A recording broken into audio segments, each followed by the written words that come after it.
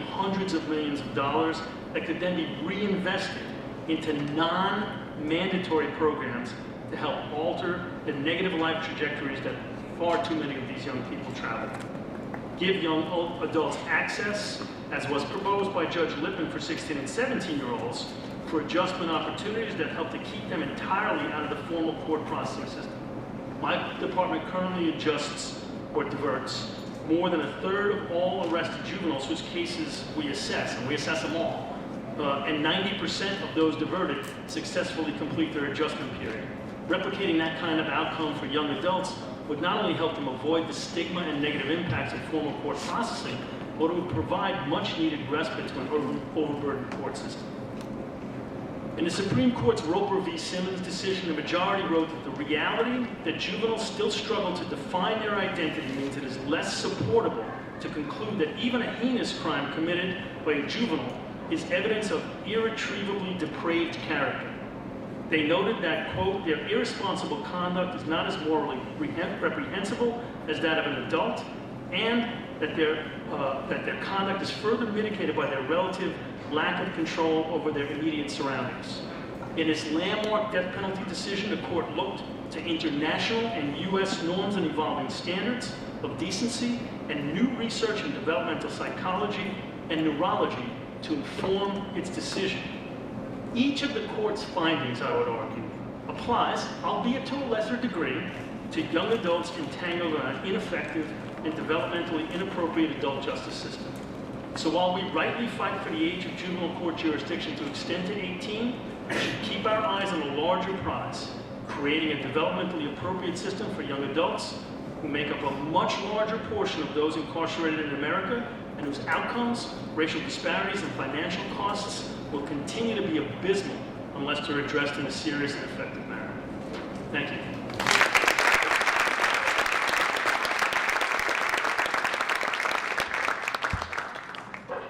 Thank you, Vinny. We're now going to have some interaction with the audience. Be thinking of your questions, and if you could give me a little signal that you want to be next, we could delay or eliminate some of the delays. And I want to start off by asking you, Vinny. So we have this incoming new mayor, new administration, with a reputation for bold thinking and progressive thinking. The first thing I hope that they think is they already have the best probation commissioner in the country. They don't need a Paid handsomely for that.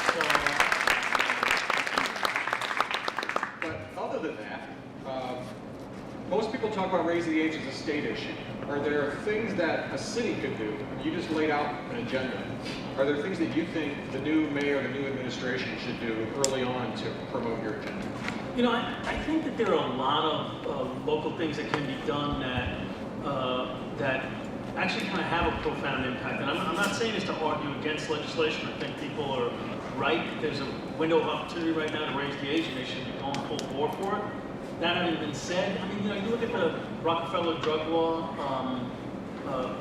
efforts that took a great many years, and the DTAP program that Brooklyn District Attorney's Office did. They were diverting so many drug offenders from incarceration that by the time Rockefeller drug law passed, pretty much had no impact on Brooklyn. I think that what Kathleen Rice talked about, them doing in Nassau is probably a good step. When I came here, I was really sort of very impressed by the, and I always blow the name of this, but it's called something like the Reentry Coalition that had been established to help people coming out of Rikers Island re-enter society. Anybody know the name of that? The Reentry Coalition, something like that, Reentry Collaborative. And it was all voluntary programs, 100% voluntary programs, and Marty Horn and Linda Gitz had established it. And to me, it makes me hopeful when I try to think of something like this, that you could actually attach voluntary programs to young people in a way that doesn't inevitably result in over-parenting. And that's my biggest concern is in trying to establish a young adult system that we would mirror some of the worst aspects of family court. And right now, it's been mentioned by some people, I think KJ mentioned it, the adult court system does a pretty darn good job of screening young people out of incarceration, even out of formal processing once they get past the ACD and CD stage. We don't necessarily want to fix that. It's not in their liberty interest to start mandating a whole bunch of programs. Conversely, there's a bunch of kids that walk into those courts, darn it, while the government's sort of hanging around them. It'd be nice if we steered them in the direction of education and workforce development, got them a driver's license or an ID, hooked them up with a health loan. There's a lot of things that we're missing opportunities for that really could positively affect the life course of young people without, by necessity, entangling them. And I think a new mayor, for example, could, I guess I can stop saying a new mayor, right? We know what it is. A mayor like de Blasio could establish a system by which all of the agencies that are responsible for helping young people are available when young people come to court for whatever that processing is, require that they all develop sort of in-house plans for assisting this most vulnerable and challenged of populations, requires that incarceration of these young people stop happening in sort of large prison-like facilities on Rikers Island, requires that probation separately pay attention to them, requires that pretrial services creates a whole continuum of services to help divert them out the front end, and then uses its influence to see if the courts would be willing to set up specialty courts and accelerate case processing in a way that helps them without overparenting. I think all of that is possible if it was made a priority. None of that requires a law. I think there are plenty of things that laws could add to it, but I mentioned it here. The ability to seal, extension of YO protections. There's a whole bunch of it that an energized mayor and his team could do short of getting law changes. Questions? That's all done. Thank you, guys. Yes. Oh, right here. Okay. Hi, you mentioned Could you overparenting. identify yourself? Sarah Berger, I'm from the City Bar Association, subcommittee on raising the age. You mentioned overparenting a couple of times. Can you talk a little bit about what that is to you and what is wrong with it and how we can make sure it doesn't happen going forward? Sure. So, I mean, I have less evidence of this than I would like right now, so I'll give you a couple of idiosyncratic thoughts. But the knock on the family court is that it's too interventionist. It deprives people of their liberty, young people of their liberty for their needs in a way that typically doesn't happen in the adult court, and it and regardless of risk or severity, for example. And the adult court is typically more focused on you did a bad thing or you did a whole bunch of not so bad things, but they're stacked up right now, so you're going to get some time. Whereas the family court can look more like, oh, you're 12, you're 13, you're 14, your mother's taking drugs and your father's not in the picture, and you're not really committing serious crimes or all that dangerous, but I'm going to deprive you of your liberty because I don't like your family life, right? So, my one little bit of evidence on this right now, although it's a very imperfect bit of evidence, is that our violation rates, probation's violation rates for our family court are 3 times higher than our violation rates for adults. I'm unable to compare 16 and 17-year-olds in family court to 16 and 17-year-olds in adult court, so it might be that a bunch of 40-year-olds never get violated, but 16-year-olds are getting violated in adult court just as much as they are in family court. Terry Salos here, she's going to do the definitive multivariate analysis on that. She told me you're going to have it to me by Monday. I'll get it to you. No, I mean, I think it is. I think that as we move in this direction, right, and as we talk about raising the age, when the city, for example, did its own calculations on what impact this would have, the different assumptions one puts into that formula change what happens wildly, right? And as we were thinking about how many kids would be sentenced to the correctional facilities, our estimates were based on the behavior of adult courts. If they were based on the behavior of family courts, many more kids would have been confined. It's a math problem. It's not a moral issue. At least initially, it's a math problem. And so I think there is some evidence to back up that kids coming out of family court are more likely to be deprived of their liberty. Now, they're deprived of their liberty for shorter times, as John Roman talked about, and generally I would argue much better facilities, particularly now they're close to home, is passed, but deprived of their liberty nonetheless. You had two. Okay, where's the mic? We'll get right here. So I'm Gertrude Lenzer. I'm director of the Children's Studies Center and program at the City University. I really was almost not going to say anything, but perhaps this may be the occasion. Over all these last years, I have observed that some people refer to children and young people as kids, constantly. And others, like Commissioner Schiraldi, referred in his presentation to either young people or young adults. And I'm just asking the question whether the words that we apply to reality also have implications. And I would suggest that you think about it, whether in effect to say continuously about young people of 14, 15, 16, 17, 18 years of age, kids, those kids. In my view, I've observed now for many years, so I'm just asking, we should ask ourselves whether we are actually belittling these generational cohorts by referring to them. A question. I don't know. I mean, we did a poll on it once and found that juveniles was the worst thing to call anybody because people always associate juveniles with badness. I never checked on the word kids. I don't want to call them children because they're not really children. And young adults just seem to be the accurately descriptive phrase, but it wasn't. I wish I would have given it more thought, but We'll come back. KJ? You have a question? Yeah. Oh, yeah. Hi, my name is. Has a question. I have a question. I'm going to ask you why I went over so much. I'm going to multitask. So I was hoping that you could speak a little bit more about the work of the neons in the communities, because you also mentioned, you know, there may be an opportunity when a young person has contact with the justice system to, you know, promote education, to get them an ID, to get them connected to health services and the like. And the question that I keep coming up with, and I've heard you actually say this before, is, you know, why do some young people have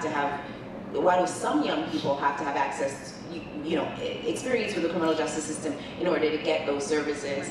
And so, you know, I'm interested in, and I think the work of the neons is really important because it's happening, you know, as KJ said, in the communities. And you know, someone else mentioned earlier, we don't have the same interventions when other groups of people find themselves in situations. So I'm hoping that you can speak to the work of the neons to inspire us to do some work outside of the formal criminal justice system to get young people the supports that they need. I'll start by saying that I have tremendous ambivalence about government services, and that ambivalence grows when it comes to government services provided by correctional systems, legal systems, court systems. I think government services can often be overly bureaucratized and dehumanizing, and that's even when we're not mad at people, right? Like every time you get your license, Department of Motor Vehicle, you didn't do anything wrong, you're just getting a license, but you come with a little steam coming out of your ears, right? And now imagine you had to do that like every week, or somebody'd send you to prison, right? So you know, Irving Goffman, a sort of famous sociologist who wrote Asylums, talks about ritualistic degradation, or degradation rituals, and you know, one of the things we sought to stop doing less harm, was that kind of unnecessary degradation. But we wanted to go beyond that and do more good, and then we further felt that we needed to do that in the community because that was where we really wanted to reattach people to where they're going to live most of the rest of their lives, and to the positive aspects of where they're going to live, because we believed in our heart of hearts that even the neighborhoods that have the most arrests and the most probationers were going to have assets in them. Everybody knew where those assets were, and if we could just figure out a way to tap into that without screwing it up like government sometimes does, then we would have found a sort of strong ally in our mission to help young people turn their lives around, and old people too, by the way, everybody goes there, turn their lives around and get off of our supervision, get off of our, you know, sort of watchful eye, and back to the natural supports that are going to hopefully make their lives work better. And so that's what we did. I would certainly if we were to create something like this, I would envision trying to do more of that. It's hard for me to imagine doing it to scale, and so I don't have that all thought through. I kind of like some of the stuff CCI's done on neighborhood courts and neighborhood justice centers, but they don't have, everybody doesn't go to them. And so there's many struggles I have with this concept. One of them is that, could you conceivably get all of the young people to go there? Because I don't like cutting out this population, that population, making it only to jaywalkers. It just seems silly at that point. It's not a real reform. And how could you do it without widening their social control and adding conditions onto people's lives? I think the neon is part of an answer to that question, but it still doesn't get me the answer to scale or net widening. That I don't feel it has. I think one of the advantages in New York City is that there's so many people going through the court system here, and it's so overwhelming that it is actually, in the adult court, difficult to widen the net of social control. They just don't have the time to mess with people that they have in family court. But I'm not fully satisfied that that's the solution to how to create something like this without overburdening defendants that today are not overburdened. We are out of time. We're going to do one more question. If the commissioner can promise to make it a quick answer, and the question itself can be quick, and KJ's being insistent, so I'll give you the last question. I Short honestly question. have 2 questions. One, quick ones. One, do you actually, in terms of the city level stuff, do you actually see feasibility with the new mayor-elect neon extending to juvenile operations? Because right now it's for adult. And 2 is, from your experience in DC and New York, we always talk about policy and practice and challenges to implementation. What's been kind of, when you have like progressive policy, or that you believe, as someone in charge and as a system stakeholder leader, what's been kind of the biggest challenge for you in the implementation? The biggest challenge in the implementation, I think, of especially multi-system reforms, like close to home as an example, is that it's so much easier to kill a good idea than to foment one. You know, there's so many people that have to play ball that if anybody just sort of stamps their foot along the way, it kills it. And even if you pass legislation, I think that's true. Because implementation is huge. What's that? Or if the website doesn't work. If the website doesn't work, yeah, that's right. And as far as extending neons to juveniles, part of the reason we didn't do it is there just weren't enough of them concentrated in the neighborhoods. And the deal we cut with the neighborhoods was that we would only bring people from their own community district to those neighborhoods. We may now have gained enough cachet with the neighborhoods so they might allow kids from 3 or 4 community districts to come there. If we did, then I think we could extend neons to juveniles, because then it would be worth having a probation officer or 2. If we were extending it to, say, all of Bed-Stuy rather than just the community district you guys live in. But I mean, who the hell knows what the next mayor's going to do? Sometimes people, you know, just they have different ideas and they're better ideas and they go in a different direction. So I can't handicap what a new administration will do. I think that part of what you all have to do is figure out what you want to advocate for in the future, and I think that does influence a new mayor, particularly a progressive one, but a room full of progressives. All right. Thank you very much, Commissioner.